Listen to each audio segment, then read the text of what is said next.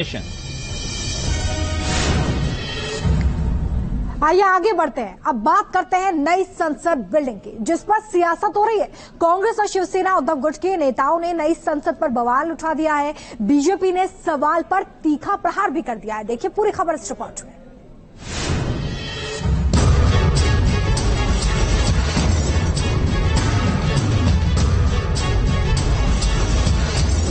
ये नया भवन आत्मनिर्भर भारत के सूर्योदय का साक्षी बनेगा। ये नया भवन विकसित भारत के संकल्पों की सिद्धि होते हुए देखेगा।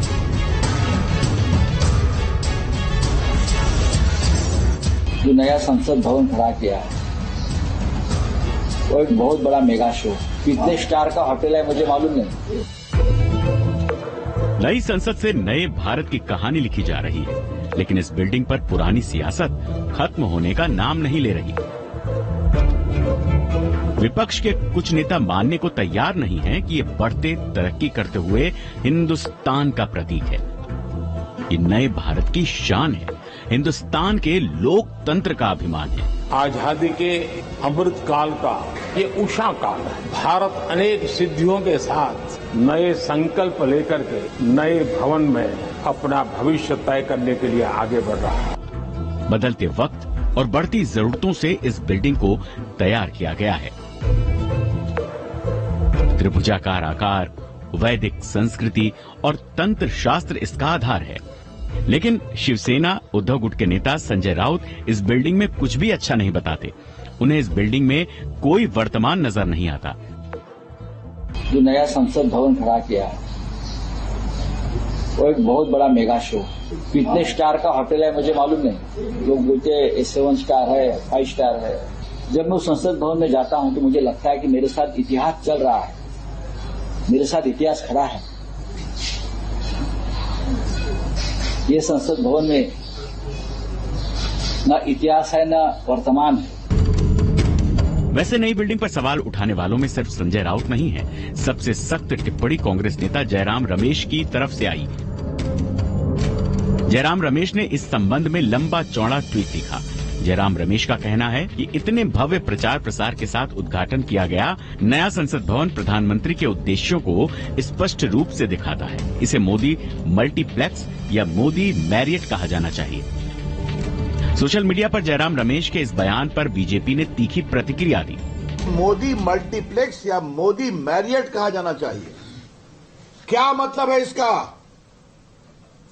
भारत की संसद को कांग्रेस पार्टी के मीडिया के प्रमुख ऐसे अपमानित करेंगे?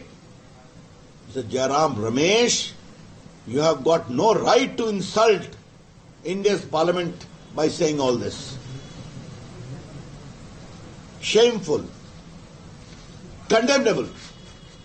और इस शर्मनाक बयान की मैं पार्टी की ओर से भयंकर निंदा करता हूं। नई संसद पुरानी संसद से 17,000 वर्ग मीटर बड़ी है, कई आधुनिक सुविधाओं से लैस है। लेकिन जयराम रमेश को लगता है कि इसमें बातचीत की सुविधा नहीं है। वो संसद के त्रिभुजाकार होने पर सवाल उठाते हैं। अपने ट्वीट में जयराम रमेश ने ये भी लिखा, अगर आप पुरानी इमारत में खो जाते तो आपको अपना रास्ता फिर से मिल जाता, क्योंकि वो गोलाकार है। नई इमारत में यदि आप रास्ता भूल गए तो भूल भुलैया में खो जाएंगे।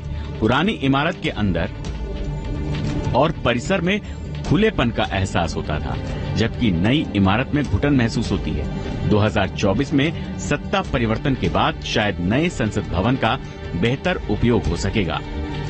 जयराम रमेश के इस बयान को बीजेपी 140 करोड़ भारतीयों का अपमान बता रही है। कांग्रेस की सियासत को कटघरे में खड़ा कर रही है।